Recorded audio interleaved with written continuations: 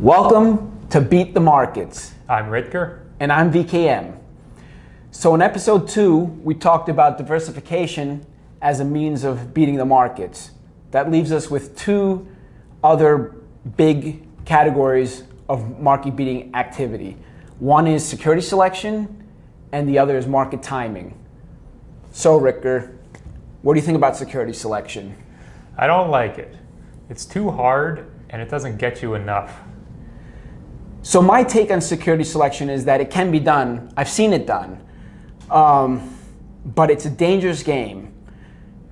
It requires concentration. You have to put a meaningful amount of money or meaningful amount of capital into your picks. And it can work, and like I said, I've seen it work. But if it goes wrong, and I've seen it go wrong too, it can be disastrous. Yeah, when you concentrate, especially in an individual stock, your downside is 100%. You could lose it all. I think that I know it does work. It's proven to work. The value factor is when you screen the market for cheap companies and then you apply a quality screen to them, meaning they're not over levered and they're not likely to go bust soon. You apply those two screens, that's basically Buffett's system. You can do that quantitatively. Just pick all the stocks that make it through your filters. Might be 100, might be 200, and it works. Over time, you'll beat the market. But it won't be by a lot. It'll be by a couple percent, 3% maybe. I'm not exactly sure on the numbers, but it's something in that order. That's you're still accepting a huge amount of market risk. All the crashes, you'll crash too. You'll lose half your money every few years. It's just that in the long run, you'll outpace the market. And at the end of 30 years, you'll have a hell of a lot more money because 2% more per year over 30 years makes a big difference. But your experience in doing it, you've got to really know what you're doing. You got to do a lot of work, either combing through those 10Ks and watching those presentations and concentrating into just a few stocks, and then get lucky that those happen to be big winners. Or well, I'd argue even the 10Qs and 10K combing might not work because you have to know something more than the public information. I don't mean illegal information. I just mean you have to have some sort of idea that where I've seen it work is where you get some small company, an undiscovered company that you have an idea where it has some growth trajectory that the market's just not pricing in or isn't aware of or looking at it short term. Has it really worked, or is that? Well, this is the thing. It survivor bias. A lot of people have, myself included, have these gains that are in one security that are phenomenal, but when you aggregate into a portfolio, it's not that meaningful. But that's how the index works too. 58% of all stocks that are traded in the U.S. have gone to zero. No argument for me. I'm not. From what I've seen, it's not the path that I want to follow. Now, what I would advise is, it makes sense if you're a young person. Yeah. If you're lucky and happen to stumble into something, either through luck or through great genius, if you stumble into something and it worked, then I would say smile and move into something that is a little bit more predictable or a better game where the odds are more in your favor, and avoid the big zeros. I'd say no matter what you do, you've got to make it systematic. So security selection can work, but automate it. Don't even bother reading the 10Qs. The data is good in stock screeners. Just run a value screen and a quality screen. Pick everything that makes it through. Allocate equally among those companies. Don't try to pick winners. Don't try to guess about which sectors are going to do better. Just distill it down to very simple rules and follow those rules. But at the end of the day, it's not, I don't find it very exciting. You're still going to put up with all the ups and downs of the market for not all that much gain. And there's one other caveat to this, Ritger, is we can do what we do, and that's what we're going to move on to, because the whole world is oriented around security selection. That's true. That lets us do something different. If for some reason the world moves away from that, and I hope they don't, but if they move away from that, then it might become a more... But there's this balance, there's a back and forth, because if the world starts to move too far one way, then it creates, you know, an opportunity for arbitrage. If the whole world did nothing but index, then there would be huge mispricings in securities. There would be companies that are obviously on the way to bankruptcy, trading as though they're going to, you know, take over their industries and be, you know, easy ways, easy shorts. The market has to, the underlying economics have to work out somehow. And so there you have these different groups playing back and forth, and somehow it stays in balance. So very quickly we're dismissive of the security selection way to beat the markets, and that might be a big function of what we've seen in our lives, what's worked for us and what we've seen around us. So let's move on to the other one then. The big question, can you time the markets? I think, well, we know we can time the markets. You absolutely can time the markets, and it pays more to time the markets than to pick the right stocks. When we're saying security selection, I guess we're talking about stock picking, because hardly anybody's a bond investor. Timing the markets allows you to beat the markets not just by getting a higher headline number over many years, but by reducing your downside. And I'd say that's the easiest way, and the way that makes them the biggest difference in your life. There's some very simple ways to reduce your downside in the markets. Number one, you could use price alone. Something starts to fall, crosses a moving average, a 10-month moving average, say. You sell it. You're only in things that are above the moving averages. Your returns are going to be far better, and your downside is going to be a lot lower. There's price and there's value. You can use value to time the market. That's especially easy for the market as a whole. The strongest relationship that I know in finance is your intermediate to long-term return for the market, for the whole stock market, as predicted by its valuation. Your return over the next 10 to 15 years is baked in, depending on how that market is priced when you buy it. So that's a very easy thing to do. Just like anything else, anything that really pays is hard to do in some way. It's easy. It's very simple. The numbers are very simple. The process is very simple, but it's psychologically hard. You're getting paid for doing something different. You can't succeed unless you're doing something different. And so we could talk a bit more about those two systems. There's market timing via value, and there's market timing via price.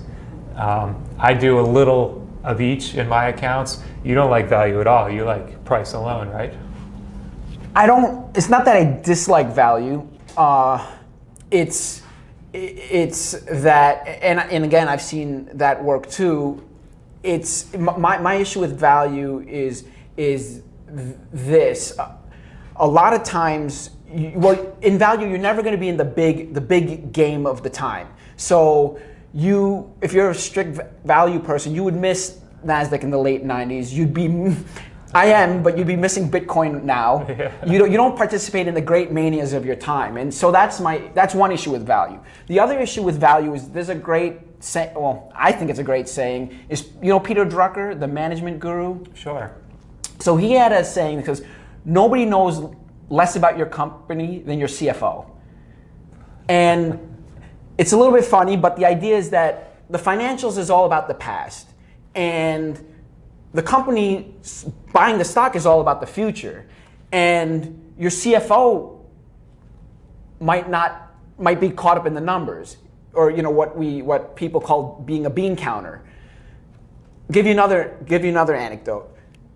Microsoft was a great performing stock in the 80s and 90s. And Bill Gates, who was the founder and the CEO and the visionary of the whole of the company, used to look at a share price, see the valuation, and be like, what do they expect from me?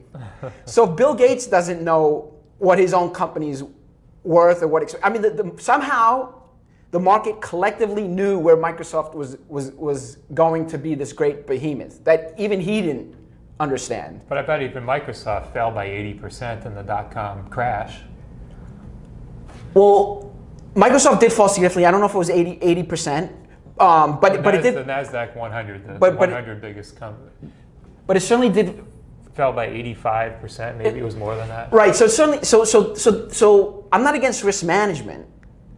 I'm just don't know how value is a method of entry and exit. And that's the game I'm playing now because I'm small fish. If you become very big and if you're not as nimble, you can't trade in and out of things the way we can. If you're managing, $50 billion, it becomes harder. But even there, if you're talking about the market as a whole, which is the only way I really like value. As we discussed, I'm not a stock picker.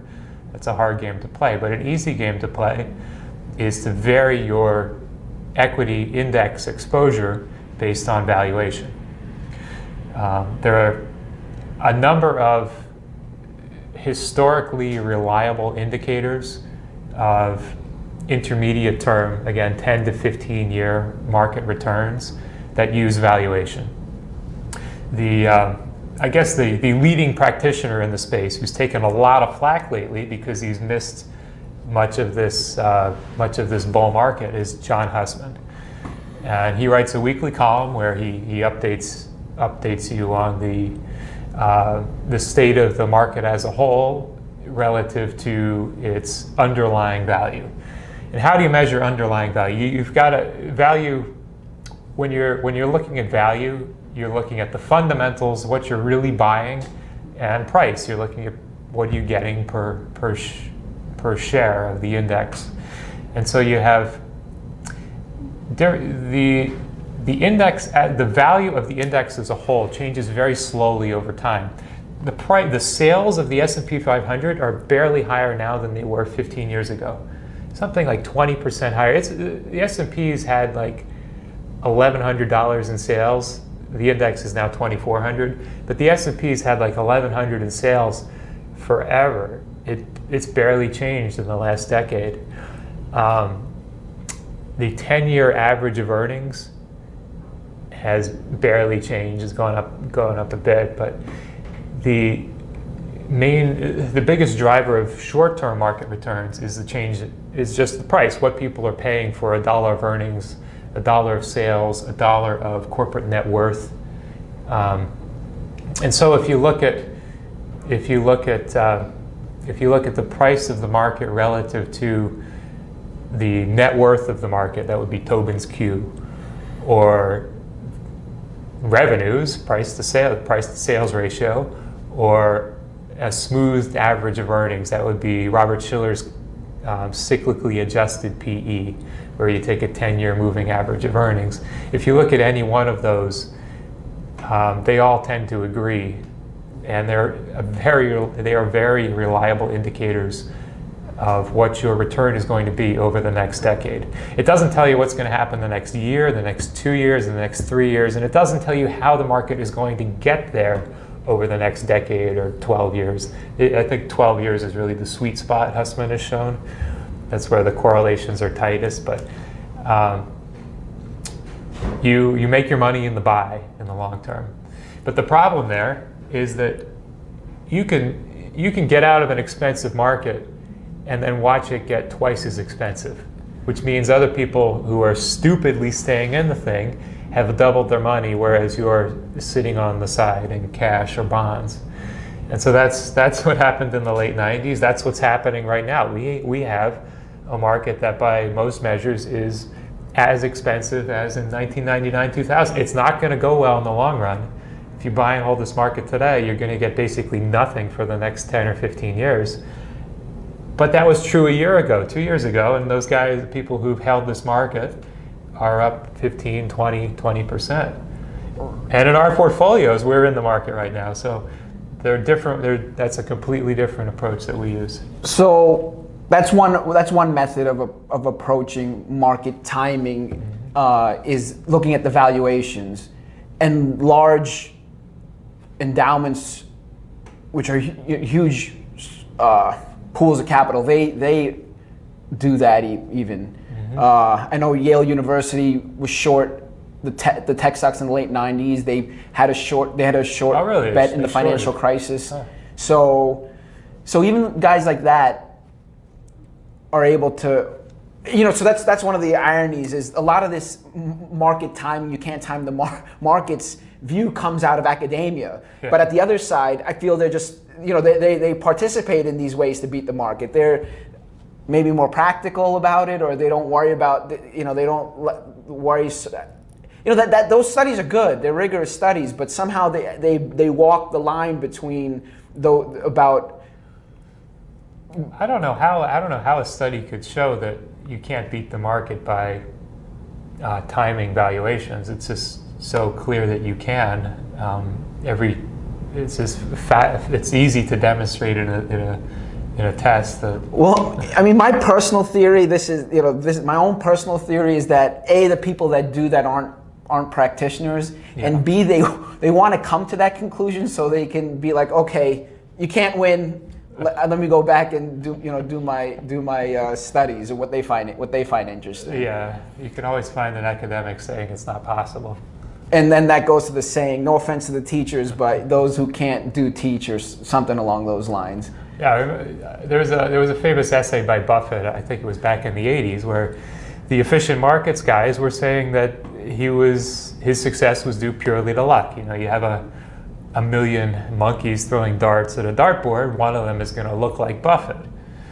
I hate that one. I hate that one because they say you can also be that putting a monkey at a typewriter will if you put enough monkeys at a typewriter, they'll come up with Shakespeare.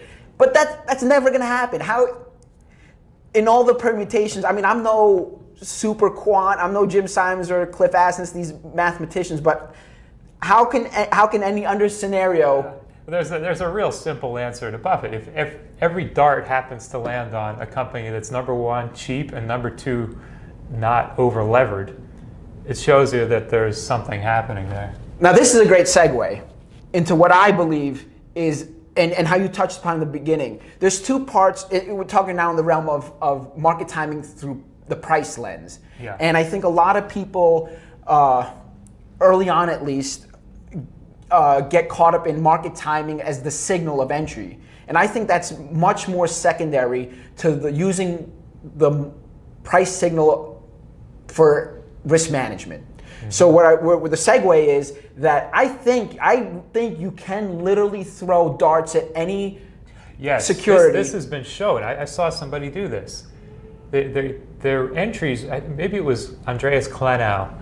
He does a lot of fun stuff like this, but he randomized his entries and then just managed the positions according to a simple risk management strategy, and it worked. It worked great. So that's where I think the sweet spot of market timing, or whatever you want to call it. It sounds better to call it risk management. Yeah. And but that's where I think market timing, or where one really beats the market. And it's a process. You have to have some process where the losers get cut, yeah, and the winners can run. Yeah. It doesn't matter why you enter.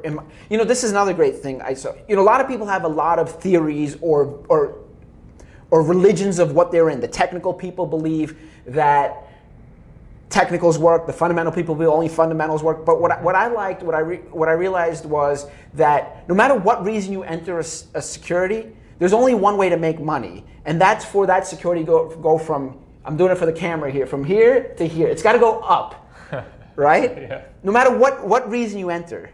That's right. So I don't want to get too caught up in the why you enter. However you enter, whatever you believe in. You believe in value. You believe in financial statement analysis. Your brother-in-law's, well, yeah, I guess that's illegal, but whatever reason you enter. But what I do care a lot about is what's the process of the risk management, and that's where I see the focus of where one can really beat the markets, or where they have to develop the. If one wanted to beat the markets, that's where they have to develop the skill set. Absolutely, you've got to be ruthless in selling your losers. Every great trader comes up with their own system or uses some default system like the 10-month moving average to get out of their declining stocks. So this would be a fun thing, I think, is we're sometimes everyone looks smart in hindsight.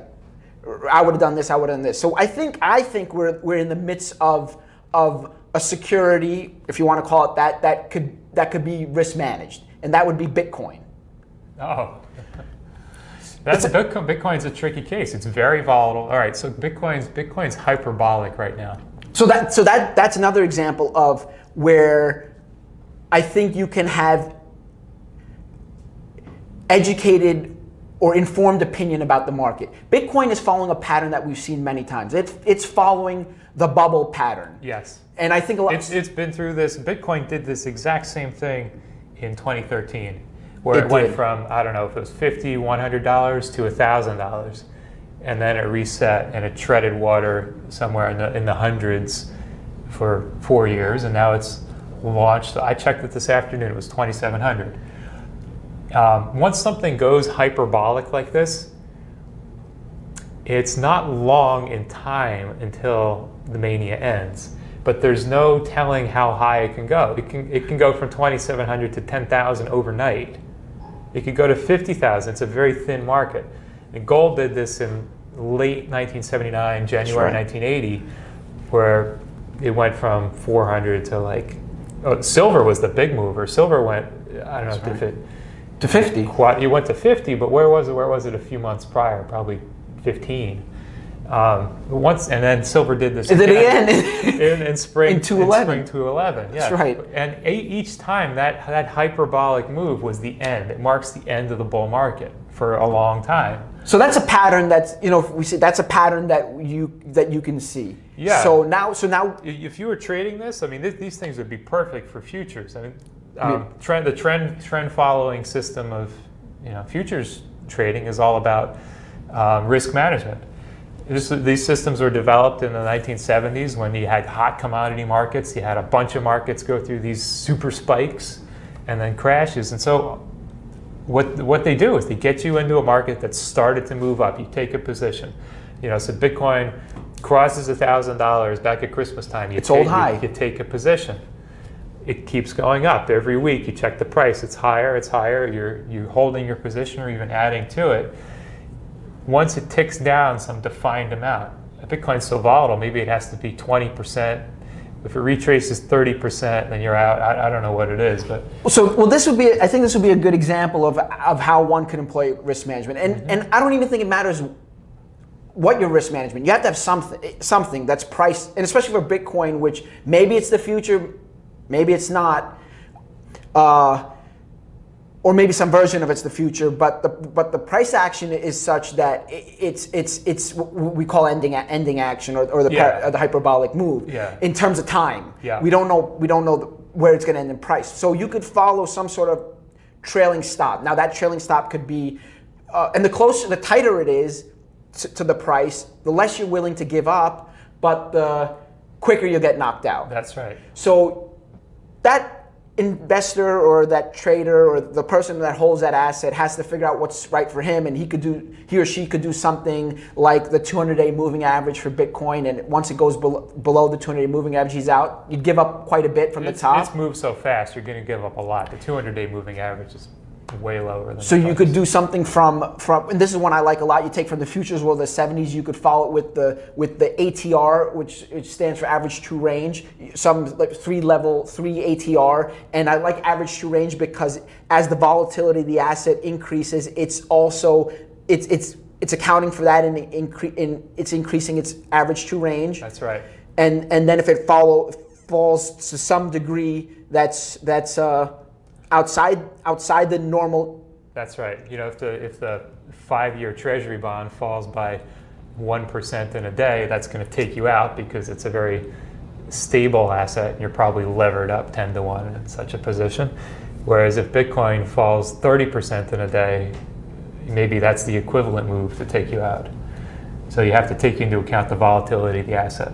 So I would say to, not giving advice, but if I would say to the Bitcoin is what the NASDAQ was to my generation of young 20-year-old. I mean, maybe a lot of people, but you know, I'm being painting everything with the big stroke. Yeah, even the FANG stocks aren't moving like the NASDAQ did in '99. Yeah, this is the great move. Let's not label it a mania because some people hold issue with that. It's absolutely a mania. This phenomenon, this is a mania, but it doesn't mean the underlying isn't. It doesn't mean there's not an underlying merit to it. Absolutely, it just means the price got ahead of itself.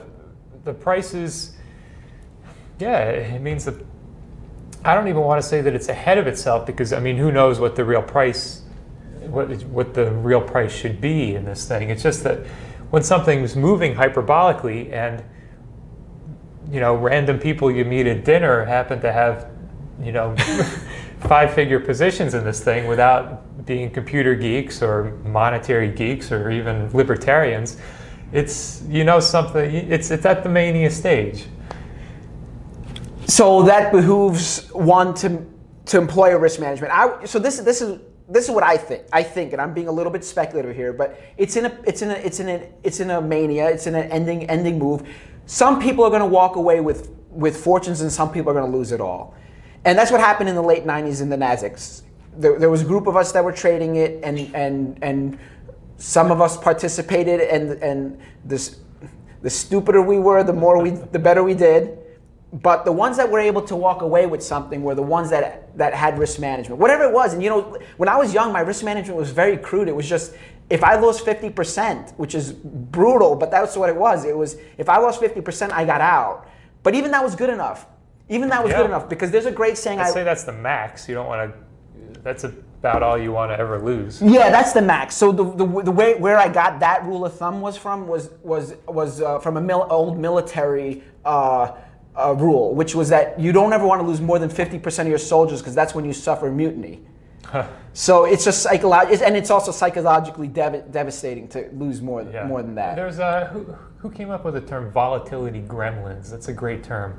There's it'll come back to me, but that's the phenomenon of you requiring a larger percentage gain than a percentage loss to make up that loss. So you need the double. You need 100% gain to make up for a 50% loss, whereas you need just a 12% gain to make up for a 10% loss. Yeah, that's a. So, just bringing it back to minimizing your drawdowns and having a good experience in the markets and being more likely to meet your long-term goals. It's all about keeping those losses small. So, for people without Bitcoin positions, most people in the markets right now have some version of index exposure, of S&P 500 index exposure. And I've got to say, this is a very, very expensive market. To put some numbers on it, we've got a price to sales ratio of over 2. The long-term average is 0.9. The median price to sales ratio of an S&P 500 stock is the highest it's ever been, including 1999-2000. The Shiller Cape, if you take a 10-year running average of the S&P's earnings and use that as your denominator, so the Shiller PE is 30. It's only been higher in 99-2000, and that's if you account for profit margins, it was only a little bit higher, like 10-15% higher, and very briefly, like a couple of months, and then it crashed. So people need to manage that risk. They're different. One way is to just say, okay, this is it. Do your reading, verify what Ritger's saying. Read your husband. He's not a perma bear. The guy does go long. He's just uses value, and he's got a long historical perspective. And if you look at the history of the market from this perspective, you see that this is a very dangerous market and it's not going to go well. So how do you manage that? There are different ways to do it. You could just scale back according to how expensive a market is by these kinds of metrics, or you could use price. You could wait for it to start to roll over. You have to define what that means for the market to start to roll over. I'd say just simply use the 10-month moving average. There's nothing special about the 10-month. I've tested this with the 7-month, 8-month, 9-month, 11-month. I've seen it even work well with a 3-month or 12 or 15-month moving average. It doesn't matter. Just take a moving average of the S&P, and when the market crosses that, its risk profile becomes negative. It becomes highly negative if you have an expensive market that's below its long-term moving average. Right now we have an expensive market that's above its long-term moving average. That still, for the near term, has a positive expectation, as crazy as these valuations are. On average, it's the momentum phenomenon. The market still has good momentum, but we're in negative seasonality now. Maybe sell in May and go away is the thing to do, but keep an eye on it. If this market starts falling, get out. Reduce your exposure. Go to bonds. Bonds are going to beat stocks for the next 10 years without the headache. Guaranteed. There are very few guarantees in investing, but when you adopt a long-term time frame, you can really say what's going to happen. So before we get to the questions, I'd just like to leave it on this this way of looking at it. Is there's a market wizard, Larry Height, and he boiled it down to this, which is that if you don't bet, you can't win, and if you lose all your chips, you can't bet. So however you manage the risk, that's what I think is probably the takeaway from this video. Have some way to manage that risk. Now, this is some part I'm pretty excited about, Ricker. We got some Q&A into our 2 episodes in, and we have some questions. Fantastic. So one question based on episode 2 was, it seems that you're advocating do-it-yourself. And if that's the case, then don't you need to have the time to watch and follow the markets? What do you say to that? Yeah, you need the time, and it's worth it. If you're going to do it yourself, you got to respect that this is a very important thing in life. People put a lot of time into choosing a car, choosing a computer, a smartphone. Just put the time in here. Everybody's got time. If you're living in the Western world today, you're living in unless you're in school and working full time. That's a good point. I would bring one point is nobody's going to care more about your finances than you. So it's worth putting in the time. That's right. But the second thing is that what we're trying to do also is provide some sort of framework. So if you do want to work with someone, at least you have some way to evaluate your advisor or your money manager. That's right. That's right. You've got to educate yourself to be able to choose a good advisor. No question. So another question was, why are you making these videos? It's fun, and we got a lot to say. You and I engage. We shoot the breeze for an hour after work sometimes, and there are a lot of people out there we think could benefit. And it's kind of an open-ended project, isn't it? Yeah, I would think that it's number one. It's fun. It's fun and it's new, and we're learning things, and we learn also just while we're talking in this whole process. We learn from our viewers, so it's also rewarding. It's a rewarding process too. Yeah. And not for nothing, but one of the things about trading is when you're managing other people's money, and that there's a value add to society. Not that all of us do things for that reason, but when you're trading, it tends to be very insular. So it's nice to do something and make these videos, hoping that somebody else is going to get something out of it. Yeah. Maybe there's some young guy out there who's just getting into trading. So this is another question we got was, what is your take on using environmental, social, governance lens to evaluate corporate behavior and determine the future financial performance of companies?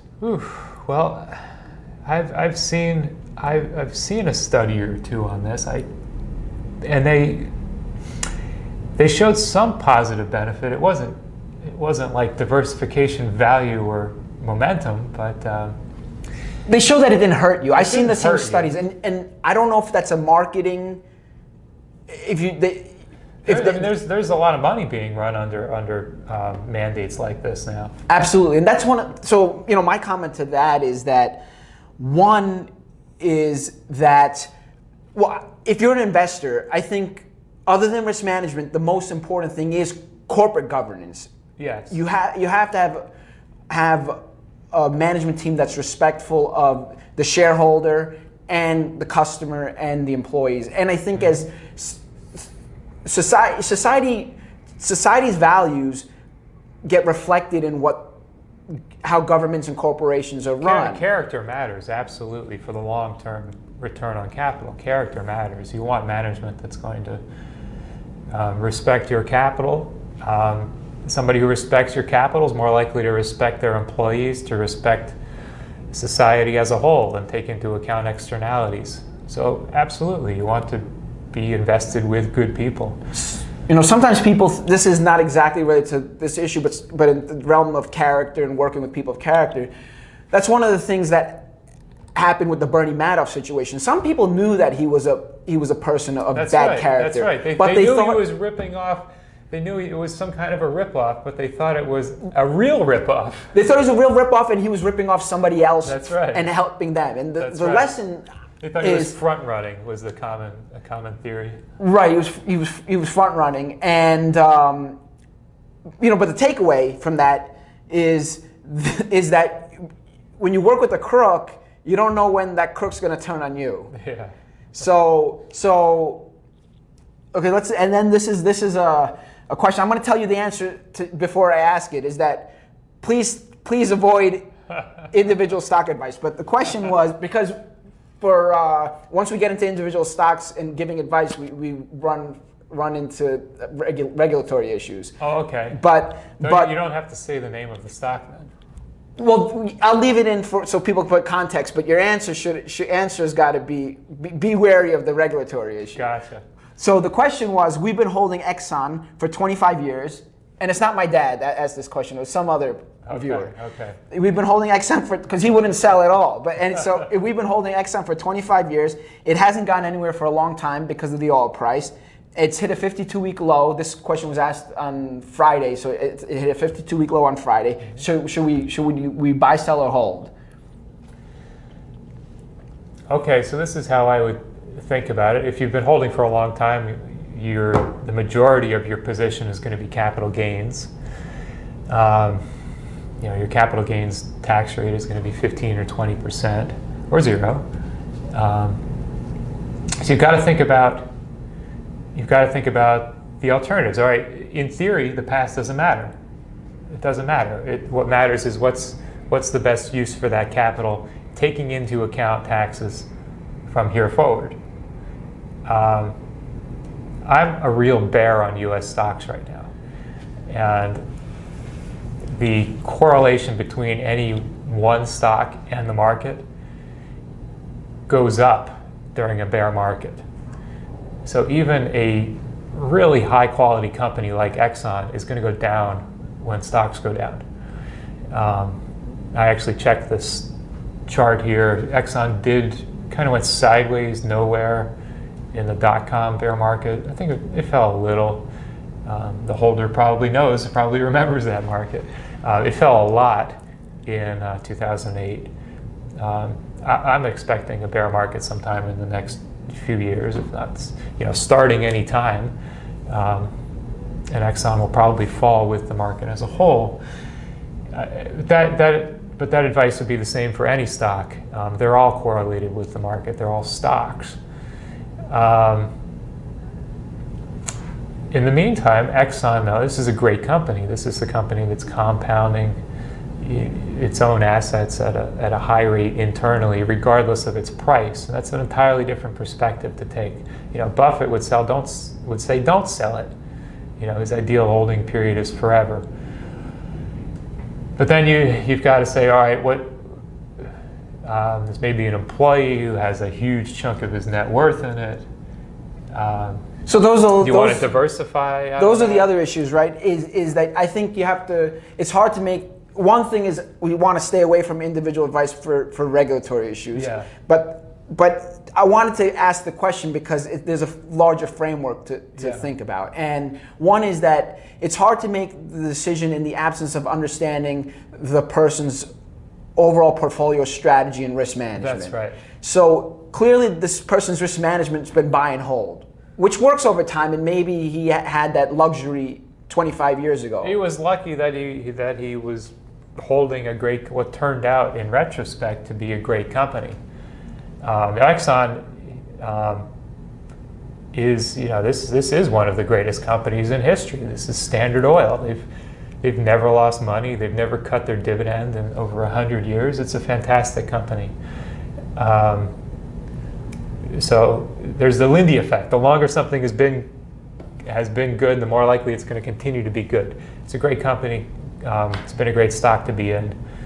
So there's a lot to take into consideration. You could hedge an individual stock position too. You can buy deep out of the money puts on it. Or you could sell calls and buy put. You could use that. The options are great for hedging individual stocks. Or the simple thing, going back to episode 2, is that look at what your situation is and diversify a little bit. That'd be the cheapest, simplest. The simplest way. I'm just not comfortable with big concentrated stock positions, and I'm not comfortable with stocks. Period. Right now. So, but that's not individual advice. That's just me.